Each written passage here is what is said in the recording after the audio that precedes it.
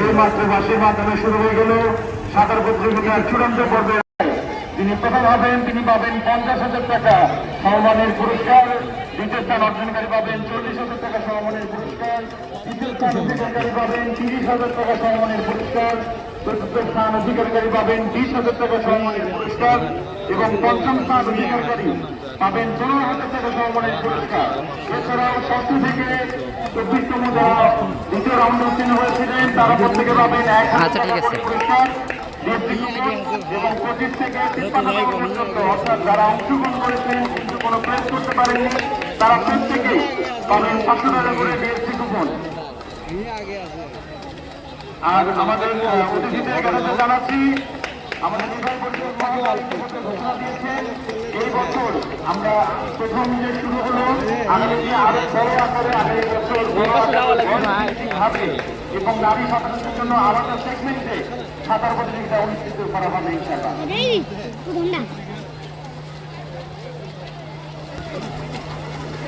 অসংখ্য ধন্যবাদ।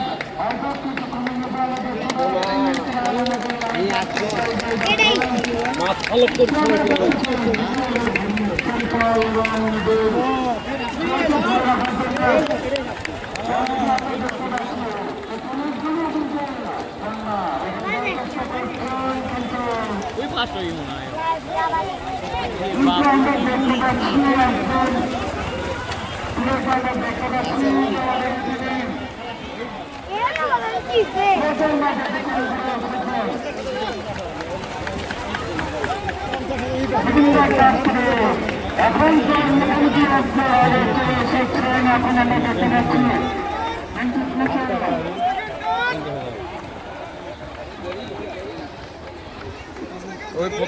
রোদ পরে ভিডিওটা নষ্ট হয়ে গেল।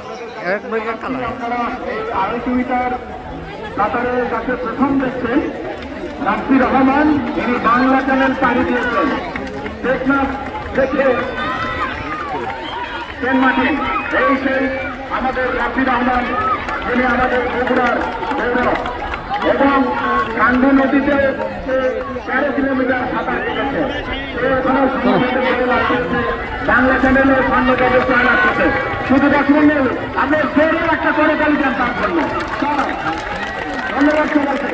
আমাদের আসলে আমাদের বগুড়ার গৌরব আমাদের রাফি রহমান, আমাদের বন্ধুবার জনাব আলালুর রহমান দীপক, উনি ওনার ছেলের কোচ, উনি আমাদের জাতীয় সাঁতারু ছিলেন আলালুর রহমান দীপক।